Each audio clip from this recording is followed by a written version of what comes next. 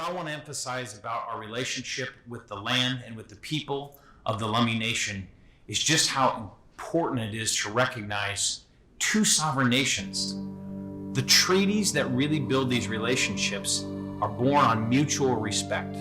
These lands, since time immemorial, have been cultivated, have been lived upon, and resourced by the Lummi people for more time than we have recorded. Today, we share a relationship, but it is mutual.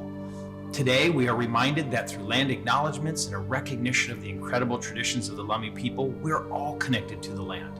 From forestry to the fishing to agriculture, from uplands to coastlines, we are all a people of the water. We are all a people of the land.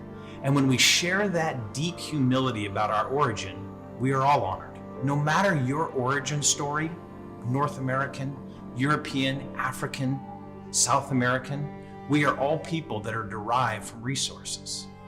The long history of our transformation as human beings is one of having interdependent relationships. And while we think about that as a notion maybe thousands or hundreds of years ago, it is true today. So to the Lummi people, thank you for being incredible stewards of the land since time immemorial. To the partnerships you have formed with the Ferndale School District, to regions all across the Northwest, thank you. Let's honor each other by honoring our traditions and our lands and recognizing the incredible history that the Lummi people have been a part of since time immemorial.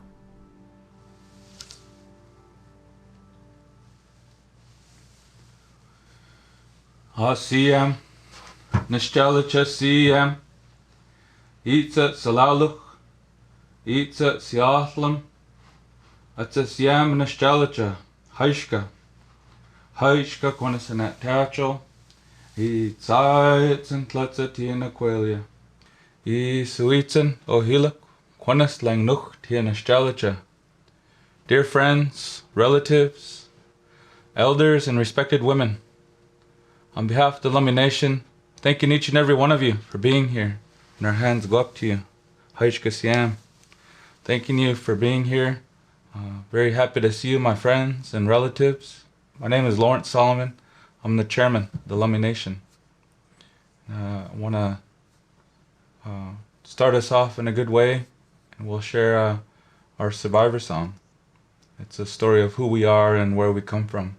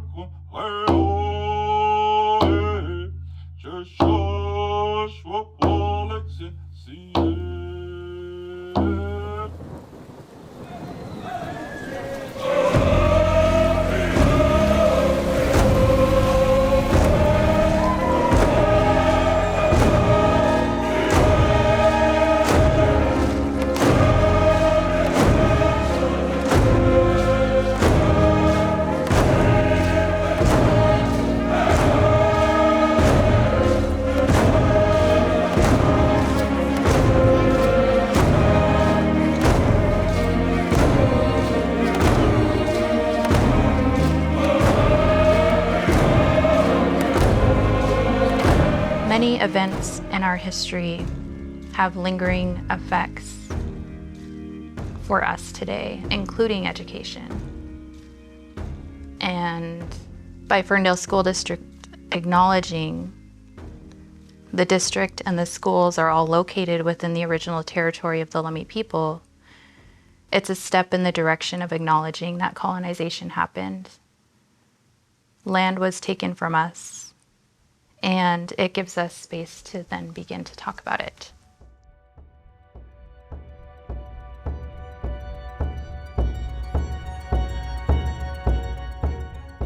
My name is Linda Quinn, and I have the honor of being the superintendent of the Ferndale School District. I've served in that role for the last 12 years. What I've realized through my association with the Lummi Nation and with living here and learning here is how much I still have to learn, and how much I didn't learn when I was in school about the true history of this region and of our country.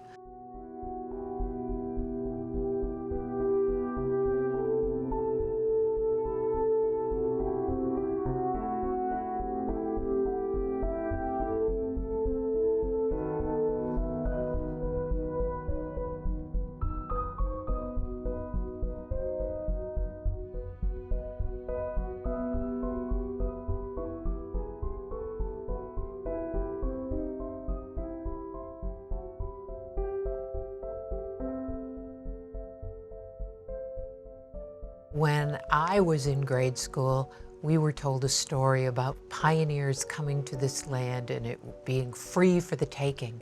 And we know that that's not the case. And I don't want our students today to grow up and believe that version of history. I want them to understand, when they hear those words of the land acknowledgement, that there were people living here when the settlers came, and that they were the original inhabitants of this land, and they are still here, and that we need to share this land. This work that we're doing started with the since time immemorial curriculum that was developed at the state, but we have had the opportunity to personalize it for our region with the assistance of the Lummi Nation. Our school board wanted to adopt a land acknowledgement, and so we returned to our colleagues in the Lummi Nation to ask them to work with us to make that happen. I feel like collaboration is the key to kind of ease some of those, I guess, fears or anxiety about teaching something that isn't in a history book. The recognition and acknowledgement is not just for the Native people, it's for the non-Native people, and it's also for the Native people to see ourselves as who we are. It's an essential part of the truth. We are who we are, and we plan on being together till the end of time.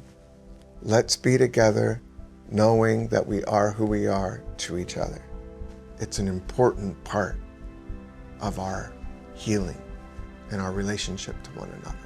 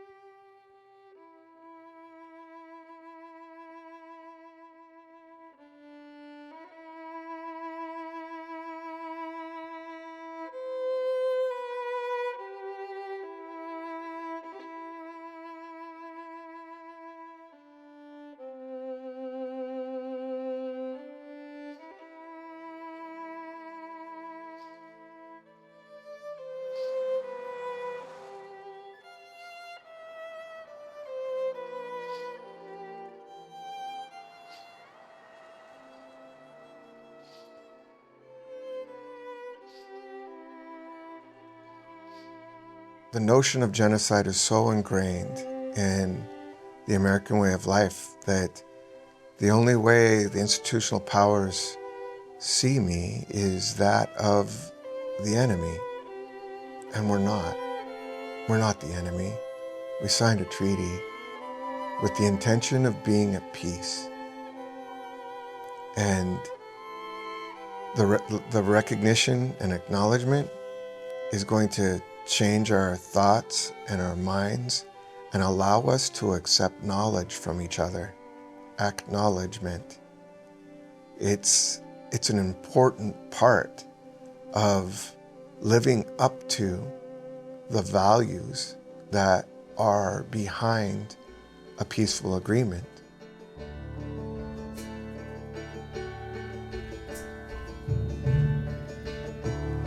Is actually more than the acknowledgement. It's the acceptance of knowledge. It's the acceptance of who we are as the original inhabitants of this land. Because when we do that, then we can point to a sustainable economy that was here since the beginning of time.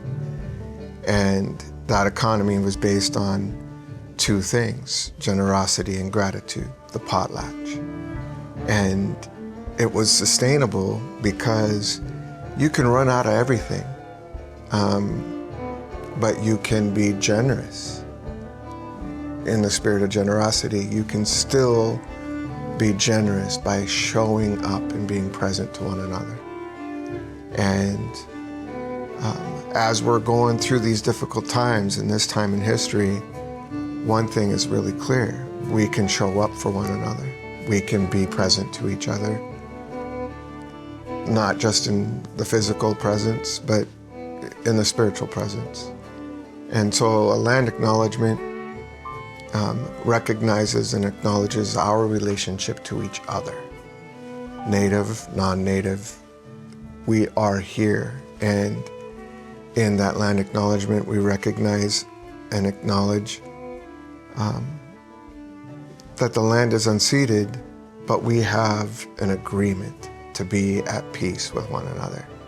And that treaty is an essential part of who we are, native or non-native.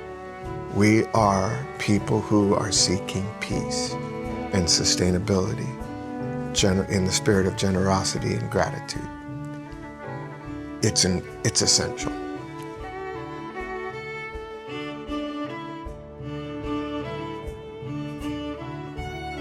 But because you recognize the land that you're on, you recognize the people it belonged to. You recognize the people past and present that now live there. This happened in our education system in the past. Like our grandparents and great-grandparents did experience this. And it was traumatizing and it was horrific. But look where we are today. You are all here today. Like, this is resilience.